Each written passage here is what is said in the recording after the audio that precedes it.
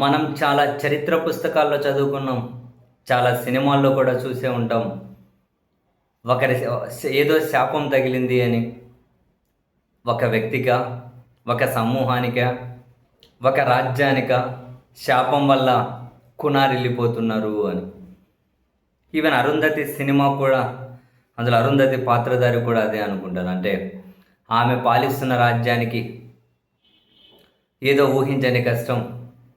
అందరూ తెలియని రోగాల బారిన పడి చనిపోతుంటే ఏదో శాపం తగిలింది అని చివరికి ఆమె ప్రాణత్యాగం, ఆ శాప విముక్తి కలుగుతుంది అంటే ఆమె ప్రాణత్యాగం చేస్తారు. సేమ్ ఆంధ్రప్రదేశ్ అనే రాష్ట్రానికి కూడా ఖచ్చితంగా ఏదో శాపం తగిలింది. ఎవరి వల్ల శాపం తగిలింది అన్న చర్చలోకి నేనైతే వెళ్ళడం లేదు, కానీ బట్ ఆంధ్రప్రదేశ్ ప్రజలకైతే శాపం తగిలింది. అందుకే ప్రస్తుతం నిత్యం అశాంతి అశాంతి అశాంతి అనే దాంతో తీవ్రంగా ఇబ్బంది పడి బాధపడిపోతూ ఉన్నారు ఆంధ్రప్రదేశ్ ప్రజలు. పూర్తి అశాంతిలో కొట్టుమిట్టాడుతూ ఉన్నారు. ఎక్కడే కూడా వాళ్ళ బ్రతుకుల మీద చర్చ లేదు, వాళ్ళ భవిష్యత్తు మీద చర్చ లేదు, వాళ్లకు మేలు జరిగే ఏ అంశం మీద చర్చ లేదు. చర్చించేంత అవకాశం రాజకీయ పార్టీలు వాళ్ళకి ఇవ్వడం లేదు. మీడియా అనబడే పనికి మాలిన సంస్థలు వాళ్ళకు అవకాశం ఇవ్వడం లేదు. సోషల్ మీడియా అనబడే మరికొంత పనికి మాలిన బ్యాచ్ ప్రజలకు అవకాశం ఇవ్వడం లేదు. ప్రజలు ఏం మాట్లాడుకోవాలి, ఏం చర్చించాలి, వాళ్ళ దృష్టి దేని మీద కేంద్రీకరింపబడేలా చేయాలి అని పార్టీలు, మీడియా, సోషల్ మీడియా అనబడే కొన్ని యూట్యూబ్ ఛానళ్ళు, కొందరు ఇన్ఫ్లుయెన్సర్స్, కొన్ని కీలకమైన అకౌంట్, వీళ్ళందరూ నిత్యం అదే బిజీలో ఉన్నారు.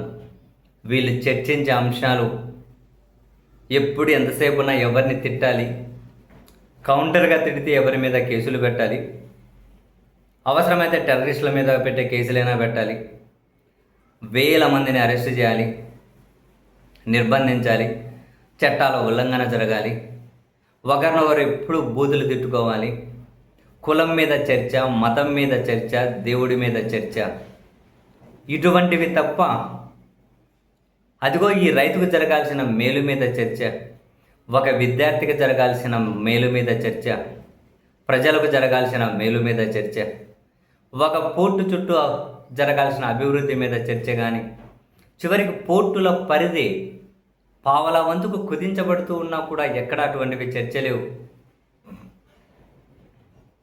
రైతులు పంటలు నష్టపోయి రోడ్డు మీద పడేస్తున్నా చర్చ లేదు. పంటలకు ఎరువులు దొరకపోయి రోడ్లు ఎక్కినా చర్చ లేదు.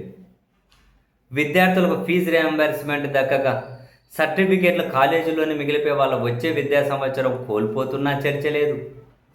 ఆరోగ్యశ్రీ సరిగ్గా అందక చాలామందికి వైద్యం భారంగా మారుతున్నా చర్చ లేదు. స్కూల్ స్టార్ట్ అయిన తర్వాత వాళ్ళకి ఇవ్వాల్సిన బుక్కులు, వాళ్ళకి ఇవ్వాల్సినటువంటి కిట్లు అందకున్నా చర్చ లేదు. వాళ్ళకు మాట ఇచ్చినటువంటి వందనాలు గిందనాలు అందకపోయినా చర్చ లేదు. ఆంధ్రప్రదేశ్లో అప్పులు పెరిగిపోతున్నా చర్చ లేదు. పౌరులను పోలీసులు కొట్టి చంపి బూడిద కూడా మాయం చేస్తూ ఉన్నా చర్చ లేదు. చర్చ అంతా దేని మీద? కులాల చుట్టూ చర్చ, మతాల చుట్టూ చర్చ, దేవుడి చుట్టూ చర్చ, తీవ్రంగా దూషించడం, తిట్టడం, ఒకరితో తిట్టించుకొని అశాంతికి గురయ్యి బాధపడాలి. కౌంటర్గా ఆ తిట్టిన వాడిని ఏమైనా అంటే మళ్ళీ అక్కడ తిట్టించుకున్నాడు కనుక అధికార పార్టీ వాడైతే వాడికి ఉపా కేసులైనా పెడతాడు, లేకపోతే వాడి ఇంక ఎంత దారుణమైన కేసులైనా పెడతాడు. మళ్ళీ అటు అశాంతే, ఇటు శాంతి లేదు, అటు శాంతి లేదు. పోనీ ఏ వర్గం ప్రజలైనా రైతులకు మేలు జరిగే శాంతిగా ఉన్నారా? విద్యార్థులకు మేలు జరిగే శాంతిగా ఉన్నారా? ఏ వర్గం ప్రజలకు మేలు జరిగే శాంతిగా ఉన్నారు? ఏ రాజకీయ పార్టీ హుందాగా రాజకీయం చేస్తుంది? ఏ ప్రభుత్వంలో ఏ ఏ ఏ భాగస్వామ్య పార్టీ జవాబుదారీతనంగా రాజకీయాలు చేస్తూ ఉన్నారు? ఎవరు పారదర్శకత మెయింటైన్ చేస్తూ ఉన్నారు? ఆంధ్రప్రదేశ్ ప్రజలకు ఏంటి కర్మ? రాజకీయాలతో ఏమాత్రం సంబంధం లేని ఒక ఆవిడ ఫేస్బుక్ పోస్ట్ చూశాను నేను. రాజకీయాలతో ఏమాత్రం సంబంధం లేదు. వామ్మో! ఆంధ్రప్రదేశ్‌లో పరిస్థితులు, కొన్ని దేశంలో పరిస్థితులు చూస్తే మన పిల్లల భవిష్యత్తు కూడా భద్రంగా ఉండేటట్లేదు ఇక్కడ. జనాలు ఎప్పటికీ మారేటట్లు లేరు. కులము, మతము, దేవుడు, అధికారం కోసం ఎంతకైనా తెగించడం. ఇటువంటి పరిస్థితులు ఇక్కడ ఉండే కంటే అవకాశం ఉంటే వేరే దేశాల్లో వెతుక్కోవడమే, వేరే దేశాల్లోకి దారి వెతుక్కోవడమే బెటర్ ఏమో అని చెప్పి, నోట్ మై వర్డ్స్, రాజకీయాలకు ఏమాత్రం సంబంధం లేని ఒక ఆవిడ పెట్టినటువంటి పోస్ట్ సోషల్ మీడియాలో, ఫేస్బుక్లో. కోర్స్ చాలామంది ఇప్పుడు దేశం నుంచి వేరే దేశాలకు వెళ్ళిపోతున్న వాళ్ళ సంఖ్య పెరిగింది అని అధికారిక గణాంకాలే చెబుతూ ఉన్నాయి. లక్షల మంది వెళ్ళిపోతూ ఉన్న పరిస్థితిని మనం చూస్తూ ఉన్నాం. అండ్ ఇలాంటి పరిస్థితులు ప్రస్తుతం ఆంధ్రప్రదేశ్లో ఉన్న పరిస్థితులు చూసినా అల్టిమేట్గా అఫీషియల్గా ప్రకటింపబడలేదు, అంతే. అప్రకటిత నియంతృత్వమే ఉంది. ఎక్కడైనా ప్రజాస్వామ్యబద్ధంగా పోనీ చట్టం అందరికీ సమానంగా ఉండాలి అనుకున్నప్పుడు మతాలను దూషించిన వాళ్ళు, ఏ మతమైనా కావచ్చు, దూషించిన వాళ్ళ మీద ఒకేలా అప్లికేబుల్ అవుతుందా? అభ్యంతరకరంగా మాట్లాడిన వాళ్ళ మీద ఒకేలా అప్లికేబుల్ అవుతుందా? అసలు ప్రభుత్వాలు ఒక విమర్శను స్వీకరించగలుగుతున్నాయా? విమర్శకు సమాధానాన్ని పద్ధతిగా చెప్పగలుగుతున్నాయా? ప్రతిదాన్ని డైవర్షన్, ప్రతిదానికి కులం కోణం, ప్రతిదానికి మతం కోణం, ప్రతిదానికి దేవుడి కోణం. ఏంటి అనవసరమైన చర్చ? ఎవరికి మేలు జరుగుతుంది ఈ చర్చ? ఏ ప్రజల జీవితాలు మారుస్తుంది ఈ చర్చ? ఏ ప్రజల భవిష్యత్తును మారుస్తుంది ఈ చర్చ? ఏ పిల్లాడికి ఉజ్వల భవిష్యత్తు ఇస్తుంది ఈ చర్చ? ఎక్కడ ఆంధ్రప్రదేశ్ను ఉన్నతంగా నిలబెడుతుంది ఈ చర్చ?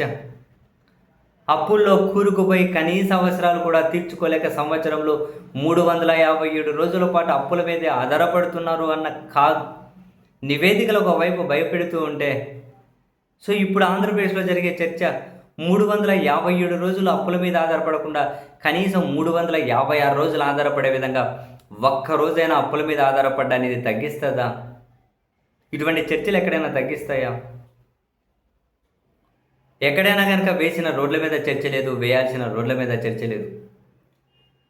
మహిళల మీద హత్యలు, అత్యాచారాలు, చిన్నపిల్లల మీద హత్యలు, అత్యాచారాలు ఎంతకాలం ఇలా? ఏ ఒక్కరిని బాధ్యతగా అకౌంటబిలిటీ ఫీల్ అయ్యే ఒక కాన్సర్న్ మినిస్టర్ కూడా పరామర్శించిన పరిస్థితులు లేవు. ఇంత దారుణమా? అసలు ఆంధ్రప్రదేశ్ ప్రజలకు ఏంటి కర్మ? ఏ ఏ శాపం తగిలింది ఆంధ్రప్రదేశ్ ప్రజలకు? ఆ విముక్తి కలగాలి అంటే ఏం జరగాలి? ఇంత దారుణంగా బహుశా చరిత్రలో ఆంధ్రప్రదేశ్ ఉండి ఉండదు. సినిమా పిచ్చోళ్ళు అప్పుడు ఉండేవాళ్ళు, ఇప్పుడు ఉండేవాళ్ళేమో.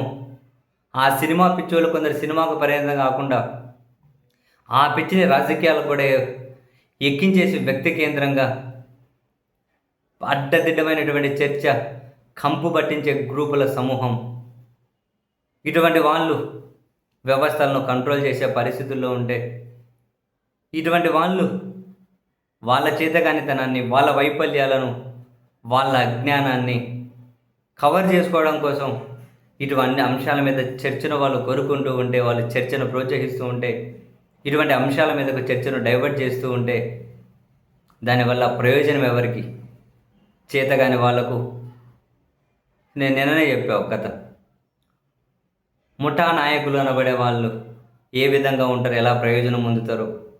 ఇప్పుడు ఆంధ్రప్రదేశ్లో కూడా కొందరు ముఠా నాయకులు అనబడే వాళ్ళే ప్రయోజనం పొందుతారేమో. ప్రజలు ఎట్లా ప్రయోజనం పొందుతారు? ఎన్నికలు కూడా ఒకరిని మరొకరు దూషించుకున్నారు, అది ఎన్నికల ప్రచారం కోసం అని చెప్పి అనుకుంటే సరే, ఆ దరిద్రాన్ని ఎన్నికల ప్రచారాల వరకే పరిమితం చేయించాము. కానీ ప్రస్తుతం లేచిన దగ్గర నుంచి పడుకునే వరకు సేమ్ ఎప్పుడు ఇదే డైవర్షన్లు, ఇదే చర్చలు. వీళ్ళకి తోడు మళ్ళీ సోషల్ మీడియాలో మరికొందరు యూట్యూబ్ ఛానల్లో జర్నలిస్టులు అని చెప్పుకునే వాళ్ళు, కొందరు యూట్యూబ్ ఛానల్ ఇటువంటి వాటి మీదమే ఆధారపడి కేవలం అసూయ, ద్వేషం, కుళ్ళు, కుతంత్రాలు, జనాల మధ్య ఐక్యతను చెడగొట్టి 4 లైకులు 2 కామెంట్లు సంపాదించుకొని 4 చిల్లర సంపాదించుకోవాలనే నీచపు మనస్తత్వం ఉన్నవాళ్ళు సమాజంలో ఇన్ఫ్లుయెన్సర్స్గా తయారైతే, అటువంటి వాళ్ళకు కూడా సమాజంలో మద్దతు లభిస్తే ఖచ్చితంగా ఆంధ్రప్రదేశ్ ప్రజలకు ఇప్పుడు కలిగిన శాప ఫలితాలు ఏవైతే ఉన్నాయో ఆ శాప ఫలితాలు రెట్టింపవ్వడం తప్ప ఆ శాప ఫలితాలు అనంతంగా వెళ్ళడం తప్ప, దాని ఫలితం మన పిల్లలు కూడా వాళ్ళ భవిష్యత్తులో అనుభవించడం తప్ప ఎలాంటి ప్రయోజనము ఉండనే ఉండదు.